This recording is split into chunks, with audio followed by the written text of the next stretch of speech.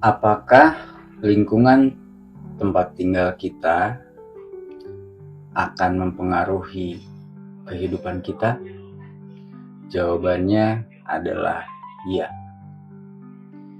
Teman-teman, kita hidup di dunia yang penuh warna dan penuh dengan interaksi. Budaya dan psikologi sama-sama mengajarkan bahwa manusia adalah makhluk sosial yang nggak bisa lepas dari pengaruh lingkungannya. Karena mau nggak mau, suka nggak suka, kita itu dibentuk dari segala sesuatu yang sudah kita lewati, dari seluruh kehidupan yang sudah kita jalani, yang hal itu sedikit banyak adalah hal yang mempengaruhi kehidupan kita, teman-teman. Di banyak budaya, khususnya yang ada di Indonesia, kita seringkali mendengar pepatah kayak misalnya di mana bumi dipijak, di situ langit dijunjung. Pepatah ini mengajarkan bahwa lingkungan adalah tempat di mana kita akan belajar dan mempelajari segala sesuatu hal, teman-teman. Di mana di situ kita bisa belajar atau mulai belajar untuk beradaptasi dan bertumbuh. Namun, apa yang terjadi jika lingkungan tertentu tersebut justru membawa pengaruh buruk kepada diri kita? Di dalam konten ini, kita akan membahas semua itu, di mana segala hal ini dimulai dari pemahaman bahwa siapa kita hari ini adalah hasil dari tempat atau lingkungan di mana orang-orang di sekitar kita, di tempat kita berasal. Sebagai contoh, bayangkan ada seorang anak kecil yang tumbuh di sebuah keluarga yang selalu mendukung atau mensupport anak ini. Anak ini akan belajar bahwa dunia adalah tempat yang aman dan penuh dengan peluang. Namun, jika seorang anak tumbuh di lingkungan yang keras dan penuh dengan kritikan, ia mungkin percaya bahwa dunia adalah tempat yang sulit dan penuh dengan ancaman. Psikologi ini menyebut atau disebut sebagai social conditioning, sebuah proses di mana lingkungan membentuk cara kita berpikir dan menjadikan diri kita merasa tentang sesuatu yang ada di dalam diri kita sendiri. Karena hal ini terbentuk di dalam diri kita dari segala sesuatu yang kita lihat, kita dengar, dan kita rasakan dari luar tubuh kita, teman-teman. Di Indonesia, norma sosial sangat kuat dalam membentuk perilaku individu. Kita sering mendengar ungkapan seperti, nanti apa kata orang? Yang mana hal ini menunjukkan betapa besar pengaruh masyarakat terhadap cara kita bertindak terhadap segala sesuatu. Norma sosial menciptakan sebuah ekspektasi yang seringkali nggak kita sadarin, teman-teman. Misalnya, di sebuah desa kecil, anak-anak mungkin diajarkan bahwa bekerja keras di sawah adalah sebuah jalan hidup yang harus mereka lalui dan itu adalah jalan hidup yang mulia, yang terhormat. Yang mana ketika salah satu dari mereka ingin melanjutkan pendidikan ke kota besar misalnya, ia mungkin akan menghadapi berbagai tekanan dari lingkungan yang menganggapnya ia adalah seorang yang sombong atau lupa daratan, lupa diri gitu ya. Di dalam psikologi ini dikenal sebagai peer pressure, atau tekanan dari sekelompok orang untuk tetap mematuhi aturan dan norma-norma yang sudah ada dan berlaku di satu daerah, teman-teman. Namun, norma sosial juga bisa menjadi sebuah kekuatan yang positif. Di beberapa tempat, misalkan di beberapa budaya di daerah-daerah tertentu, gotong royong adalah norma yang sangat dihargai. Ketika orang-orang bekerja bersama, mereka akan belajar tentang sebuah kepercayaan, sebuah kerjasama tim, dan saling mendukung satu sama lainnya. Lingkungan seperti ini bisa memicu pertumbuhan dan membuat seseorang merasa bahwa mereka atau kita adalah sesuatu bagian kecil dari masyarakat yang besar.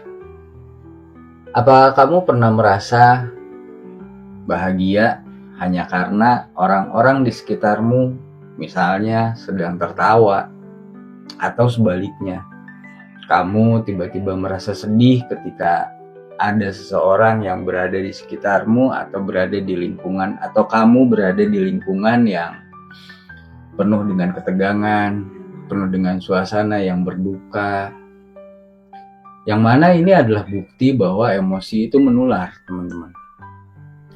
Di dalam budaya Indonesia, hal ini sering terlihat setelah acara keluarga besar misalkan. Jika suasana hangat dan penuh canda, maka semua orang akan merasa nyaman.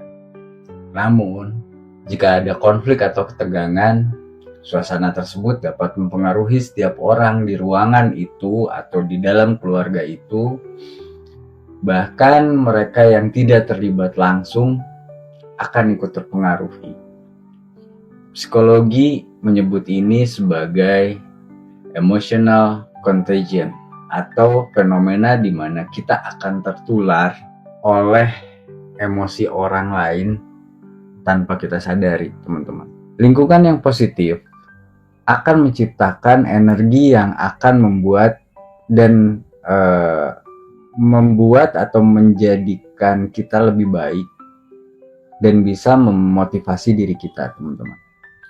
Sebaliknya, lingkungan yang negatif dapat membuat seseorang menjadi kehilangan semangat dan merasa tidak berdaya. Oleh karena itu, sangat penting untuk mengenali energi yang ada di sekitar kita dan bagaimana hal itu bisa mempengaruhi emosi kita sehari-hari, teman-teman. Lingkungan fisik juga memainkan peranan besar di dalam pembentukan hidup kita atau hidup seseorang. Seperti di Indonesia misalnya, ada kesenjangan yang nyata antara daerah perkotaan dan pedesaan, teman-teman.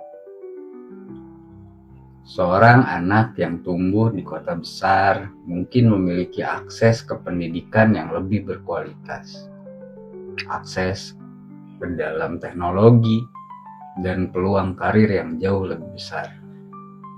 Sementara itu, anak yang tumbuh di daerah pedesaan mungkin mereka harus berjalan jauh untuk hanya sekedar pergi ke sekolah dengan fasilitas yang sangat-sangat terbatas.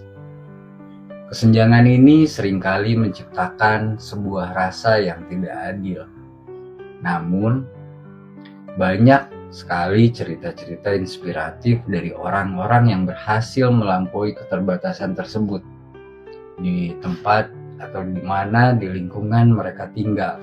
Salah satu contohnya adalah kisah anak petani yang belajar di bawah sinar lampu petromak atau lampu minyak yang akhirnya diterima di universitas ternama.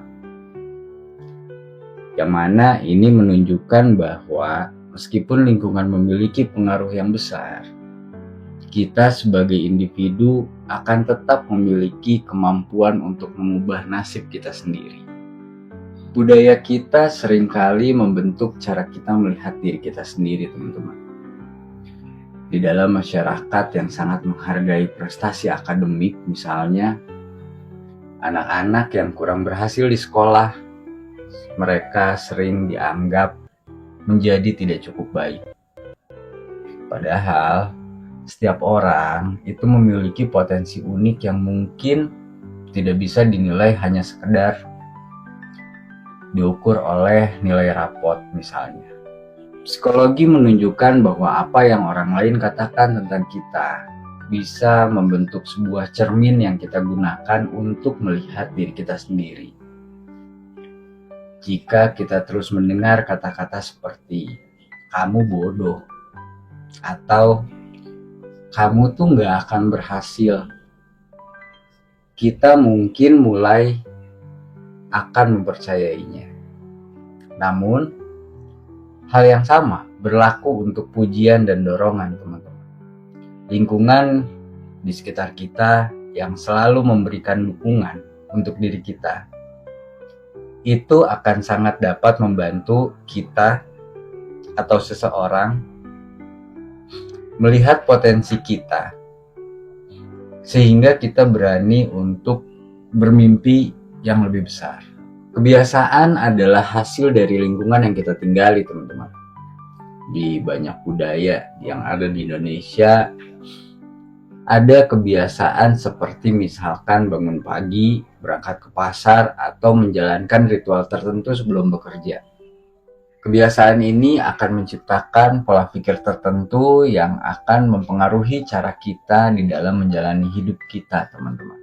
Misalnya, seseorang yang tumbuh di lingkungan pekerja keras mungkin memiliki pola pikir bahwa usaha adalah kunci dari sebuah kesuksesan.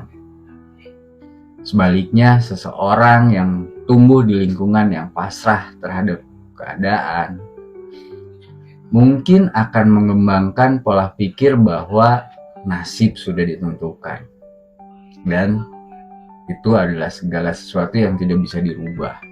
Psikologi menyebut ini sebagai growth mindset atau fixed mindset. Lingkungan kita seringkali menjadi sesuatu yang membentuk pola pikir kita, pola pikir mana yang akan kita adopsi, teman-teman.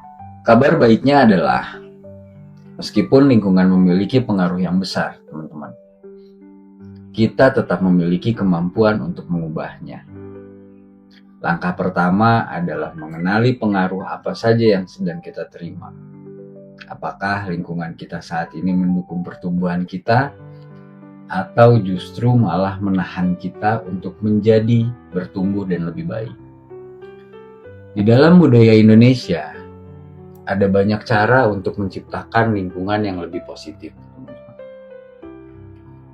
Misalnya dengan membangun komunitas yang saling mendukung seperti kelompok belajar atau banyak komunitas-komunitas masyarakat kayak komunitas arisan dan lain sebagainya gitu ya.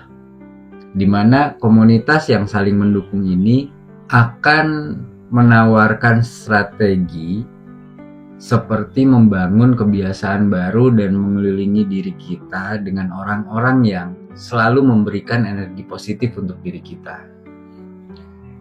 Pada akhirnya, teman-teman, lingkungan adalah alat yang bisa kita gunakan untuk membentuk diri kita sendiri.